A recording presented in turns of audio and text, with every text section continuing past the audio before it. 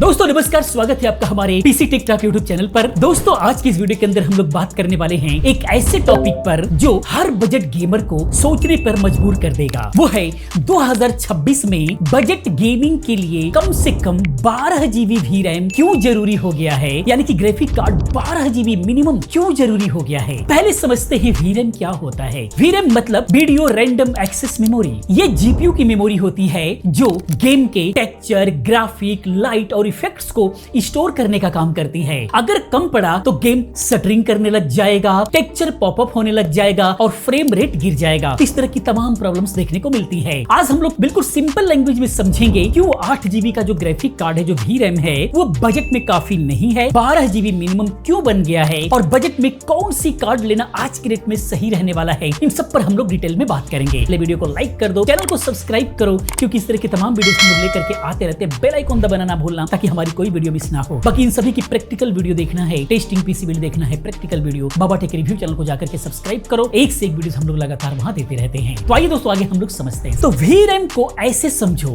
कि गेम में जब हम अल्ट्रा सेटिंग पे खेलते हैं तो बहुत बड़ी बड़ी HD टेक्सचर लोड होते हैं। 4K टेक्सचर हो गया, रे ट्रेसिंग के रिफ्लेक्शंस हो गए, ओपन वर्ल्ड के लिए डिटेल्स इन्वायरमेंट हो गया, ये सारी चीजें लोड होती हैं। तो यहाँ पर अगर 1080p पे बात करें, 8 GB से कम चल जाता था 2023-24 की अगर हम लोग बात करें तो। एक गेम अगर 8 GB क्रॉस कर गया क्या होगा, पहले इसको भी समझते हुए चलते हैं, तब इसकी रिक्वायरमेंट समझ में आएगा। तो जीपीयू सिस्टम रैम से बोरो करने लग जाता है तो स्लो होने लग जाता है। रिजल्ट क्या होगा, तो यहाँ पर स्टरिंग होने लग जाती है, लो FPS आने लग जाता है, या फिर जो है टेक्सचर्स ब्लरी होने लग जाते हैं। इस तरह की तमाम प्रॉब्लम देखने को मिलता है।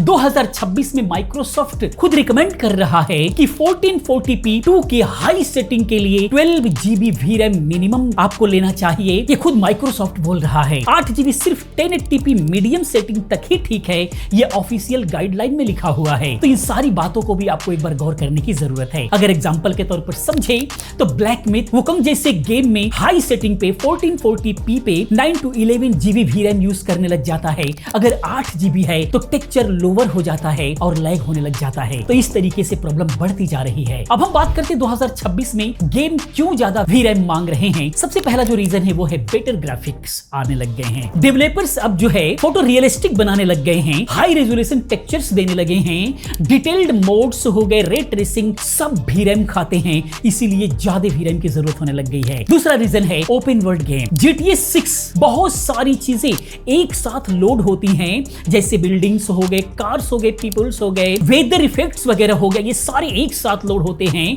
तो ये सब जो है 12 GB प्लस इजीली ले सकता है अल्ट्रा सेटिंग पे अगर देखा जाए तो, इसीलिए ज्यादा VRAM की जरूरत पड़ने लगी है।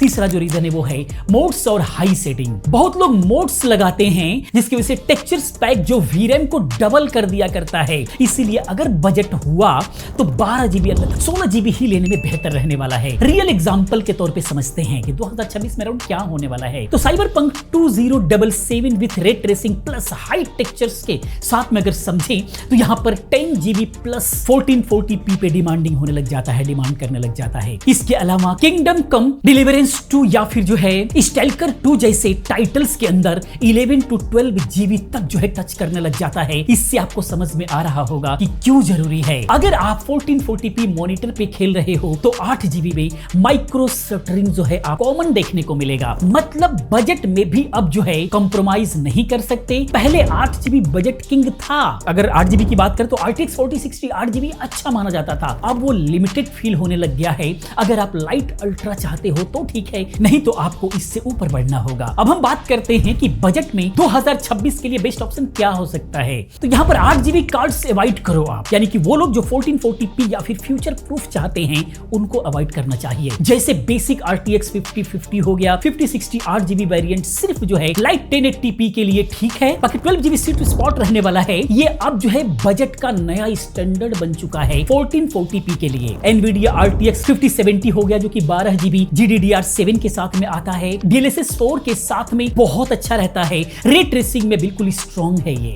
AMD की तरफ से देखा जाए तो RX 7600 XT या फिर हायर वर्जन ले सकते हो। 12 GB से 16 GB का वेरिएंट इसके अंदर आता है, अपने बजट के अकॉर्डिंग ले सकते हो। इसको अगर आप यूज करते हो तो रेस्टराइजेशंस यानी कि नॉर्मल ग्राफिक के अंदर बहुत ही पावरफुल रहेगा और इसका FSR ऑफ स्केलिंग बहुत अच्छा काम करता है। इसके अलावा अगला ऑप्शन है इंटेल की तरफ से आने वाला इंटेल आर्क B580 जो कि 12 GB के साथ में आता है, बजट में वैल्यू देता है, लेकिन ड्राइवर्स चेक करना जरूरी है, थोड़ा सा यूज करना, ड्राइवर्स को सही करना, ड्राइवर को सेट करना बड़ा थोड़ा सा ट्रिकी हो जाता है। इसी वजह से इंटेल आज भी लोग इंटेल को खरीदने में घबराते हैं।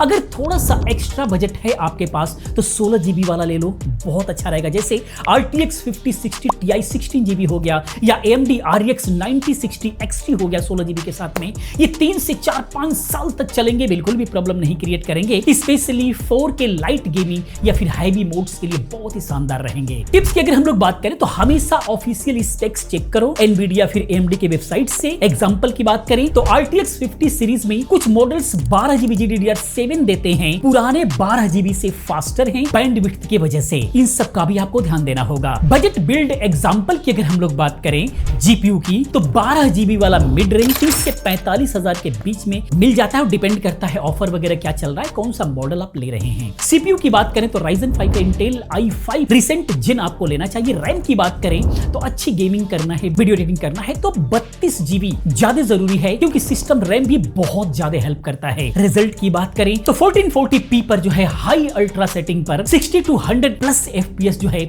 मोस्ट गेमिंग के अंदर आपको मिल जाएगा, बहुत अच्छा रिजल्ट निकल करके आएगा। लेकिन वहीं पर कुछ कॉमन मिथ होते हैं जो कि बहुत ज्यादा जरूरी है इसको समझना। एक मिथ ये है पहला कि सिर्फ 1080p खेलना हो तो 8 GB काफी है। सही है लाइट गेम्स के लिए जैसे वॉलोरेंट और फोर्टनाइट वगैरह हो गया, लेकिन AAA टाइटल में अब नहीं चल पाता, कम पड़ जाता है। हाई टेक्सचर पे 1080p पर भी जो है 8 से 10 GB ले सकता है, इतना डिमांड कर रहा है। अगर 12 GB का ग्राफिक कार्ड आपके पास है, जैसे ही खेलेंगे तो 8 से 10 GB जो है आपको यूज होता हुआ नजर आएगा। दूसरा मिथ है अप स्केलिंग यानी कि DLSS और FSR से VRAM बच जाएगा। थोड़ा बचता है लेकिन टेक्सचर और इफेक्ट्स अब भी ज्यादा मांगते हैं, ये भी ध्यान रखना होगा। फाइनल एडवाइस की बात करें तो अगर नया बिल्ड कर रहे हो 2026 में 12 GB VRAM मिनिमम टारगेट रखो अपना बजट के अंदर, तभी सही रहेगा। 8 GB सिर्फ सुपर टाइट बजट है या ई स्पोर्ट ही सिर्फ खेलना है तो ठीक है। 16 GB बेस्ट है लॉन्ग टर्म्स के लिए।